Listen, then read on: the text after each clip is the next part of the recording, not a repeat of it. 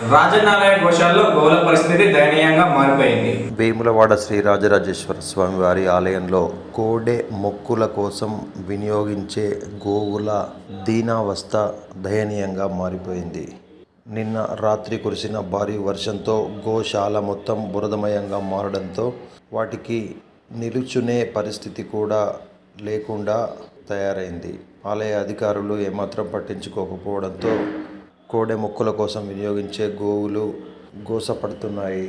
దాదాపు 1250 గోవులు ఉన్న గోశాలలో అవి పూర్తిగా బురదలో మగ్గిపోతూ దుస్థితిలో కాలం వెల్లదీస్తున్నాయి. వర్షం కారణంగా గోశాల వద్ద నేల తడిసిపోయి బురదమయంగా మారిపోయింది. సిబ్బంది సైతం బురదలో నడవలేని దుస్థితిలో పనిచేస్తున్నారు. గోవుల రక్షణపై ఆలయ అధికారులు నిర్లక్ష్యంగా వ్యవహరిస్తున్నారని స్థానికులు విమర్శిస్తున్నారు. భక్తులు దాతలు అందించిన పోషణ గడ్డి సైతం సంరక్షణ లేకుండా వర్షంలో తడిసి పాడవుతుంది. పరదాలు లేకుండా బయట ఎక్కడికక్కడ వేసిన గడ్డి వర్షంలో తడిసి గోవులు తినకుండా తయారైందని ఆవేదన వ్యక్తం చేస్తున్నారు. రోజు రోజుకు గోవుల సంఖ్య పెరుగుతున్న వర్షాకాలంలో వాటికి సంరక్షణ లేక సరి అయిన సెంట్రల్ డ్రైనేజ్ సిస్టము గడ్డి నిల్వలు లేకపోవడంతో తీవ్ర అవస్థలు ఎదుర్కొంటున్నారని వాటిపై అధికారులు చర్యలు తీసుకోవాలని కోరుతున్నారు.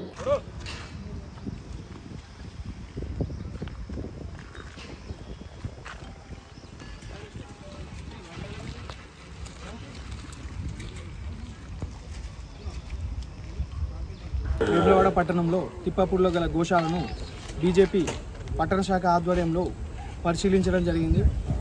ఇంటి దానిలో రాజరాజేశ్వర స్వామి దేవాలయం యొక్క ప్రత్యేకత ప్రపంచంలోనే ఉన్నది. ఏది కోడెమొక్కు.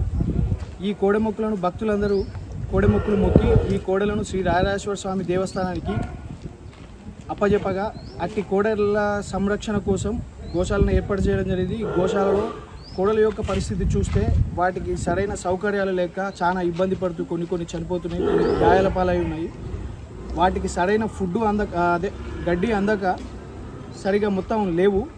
వాటిని దయచేసి వాటి వసతులు కల్పించి ఇక్కడ మొత్తం నిన్న వాన పడ్డది కాబట్టి మొత్తం ఇక్కడ గోశాలకు సంబంధించి 1200 పైచీలుక గోవులు ఉంటే దాదాపు 200-300 గోవులకే షెడ్లు ఉన్నవి. మిగతా వాటి సంరక్షణ కోసం కూడా ఈ మన రాజరాజేశ్వర స్వామి టెంపుల్ వారి ఈవో గారు పర్యవేక్షించి వాటికి సంబంధించి గోశాలను ఏర్పాటు చేసి ఈ గడ్డిని కానీ గడ్డికి సంబంధించి వాటిపైన తాటిపత్రాలను కప్పించి వాటిని కూడా కాపాడి ఈరోజు మన దేవస్థానం కోల్యాగల తిప్పాపురంలో గల కోల్యాగల జాగ మొత్తం కూడా పరిశీలించడం జరిగింది. మరి ఇక్కడ పరిస్థితులను చూస్తుంటే నిజంగా మాటలు కూడా రావట్లేదు. మన వేములవాడ దేవస్థానానికి కోల్యాలంటే ఒక గొప్ప మొక్కు. మరి దాన్ని భక్తులు అందరూ కూడా పెద్ద ఎత్తున ఇక్కడ మొక్కి విడిచి వెళ్ళే పరిస్థితి. కానీ వీటి పరిస్థితి చూస్తుంటే హృదయ వికారంగా ఉన్నాయి. మొత్తం బురదమయం.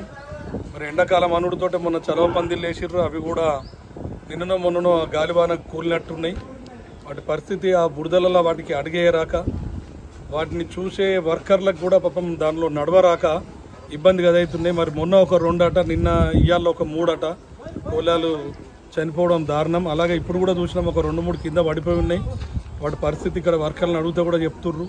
వాటి పరిస్థితి కూడా రేపటి వరకు ఎప్పటి వరకు అని చెప్పి అంటే తెలుసుకొని కూడా వాటిని కాపాడలేని పరిస్థితి. అంటే అసలు మాటలు రాని వ్యవస్థ ఇదంతా. మరి మేము వస్తుంటే ఎంట్రెన్స్లో కూడా చూసినాము ఆ గడ్డి కుప్పలు ఒక్కొక్కరు పాపం దేవునికి మొక్కులాగా ఆ కట్ట కట్టిస్తేనే ఆ రైతుకు ఎంతో ఖర్చు అయింది. ఆ కట్టలు కట్టించి ఎంతో జాగ్రత్తగా రాజన్న కోలాలకు ఇస్తున్నామనే మొక్కుగా వాళ్ళు తీసుకొచ్చిన ఆ గడ్డి కట్టలు కూడా మొత్తం ఎక్కడ పడితే అక్కడ చెల్లా చెదురుగా పడి ఉన్నాయి. అవి మొత్తం వర్షానికి దర్శిపోయి ఆ బురదలో ఘోరంగా ఉన్నాయి. మరి ఇక్కడ అసలు కోల్లాగలు ఎన్ని ఉన్నాయి మన దేవస్థానానికి సంబంధించినవి, ఇక్కడ కెపాసిటీ ఎంత ఉండాలి, అసలు ఎన్ని ఉన్నాయి, దాన్ని దయచేసి అధికారులు దీని మీద శ్రద్ధ పెట్టాలి. అలాగే ప్రభుత్వం కూడా వెంటనే చర్యలు తీసుకోవాలి. గుడి డెవలప్మెంట్ చేస్తా అంటున్నారు, చాలా సంతోషం. కానీ ఇక్కడ పరిస్థితి చూడని ముందు ఇక్కడ రోడ్ వేస్తేందుకు పనులు నడుతున్నాయి. ఎంత నాణ్యత లోపం అంటే ఇప్పుడు మేము చూసినాం కనీసం ఆ వెట్ మిక్స్ 40 mm కూడా ఒక్కొక్క లేదు చిప్సే. అంటే మూగజీవాలు కదా అని అనుకోవద్దు దయచేసి. మన దేవునికి సేవ చేస్తున్నట్టు వాటి ద్వారా కోట్ల మంది మొక్కులు, కోట్ల రూపాయల మొక్కులు కూడా నెరవేరుతున్నాయి. వెంటనే అధికారులు నిర్లక్ష్యాన్ని వీడి మనకు ఏదైతే గడ్డి ఇస్తుర్రో కోలాలకు, ఆ గడ్డికి సంబంధించిన ఆ కట్టలకు కూడా షెడ్డులు వేయాలి.